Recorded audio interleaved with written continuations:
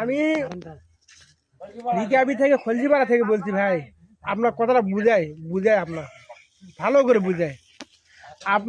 আমার বাড়িয়ালির ডেলিভারি করে 2টা বাচ্চা আছে, 5 কেজি 700 গ্রাম ওজন, দেয়ার ঘামে শরীর ঘামে একেবারে মারিক পরে আসা, আর ফ্রিজে 20 কেজি গুস্ত আসা। এ গুস্ত শরীরে জল ক্ষতি হয়, জাহানটা থুমু না কিন্তু অভিষেক যা তা কিন্তু অভিষেক চটকে ফেলাবো কিন্তু। আমার খবর জানেন না তুমি? তান্দারবান আমি করে দেবো।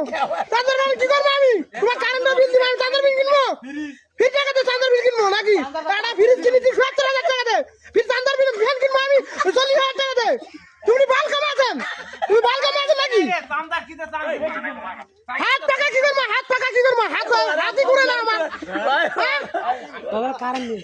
তুমি কারেন্ট দাও, ভরতের মতো কারেন্ট দাও। 20 কেজি গুস্তু নষ্ট হবে আমার, ধানটা থমনা শুক্রবার মিলাদ করবো আমি। কিসের দুর্নীতিবাদ? আমি কি দুর্নীতিবাদ? তুমি দুর্নীতিবাদ, তোমার বাপ দুর্নীতিবাদ, তুমি গরিব দুর্নীতিবাদ। আবার গরিবের মানুষ তোমাকে আমি মিলাদ করার জন্য নিয়ে আসি কম দামে গুস্তু। গরিবের কাজ দিব আমি, গরিবকে দিব আমি। নিজের গরু জব করে গরিব কাজ দিব নাকি?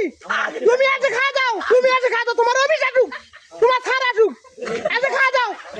আমার গরু গোসু নষ্ট আছে, আমার গরু গোসু নষ্ট সকলে পর্যন্ত আছে। আন্ডা শুনে কথাটা খারাপ হয়েছে। গরিব কি সারবাল, আবার আমি ধনী মাইজ দেখলে আমি গরিবকে আগে খেলবো, গরিবকে খেলাবো আমি। হ্যাঁ গরিবে দিয়ে দাও, তুমি আসো নিয়ে দাও, আসো তুমি আসো আন্ডা করে খাও। আমার ভিতর গোসু নষ্ট আছে, আন্ডা তোমরা আমি কে? আরে ভাই খুশির বিজা ঠিক আছে রে ভাই, আমার 2টা বাচ্চা হয়েছে। চলে একদম আমার কথা শুনেন, অনুরোধ করে কথা পাওয়া দিলে দিদি ভাই। ছেলের অবস্থা দেখে আমার ভিতর কলজা কাঁপে উঠছে।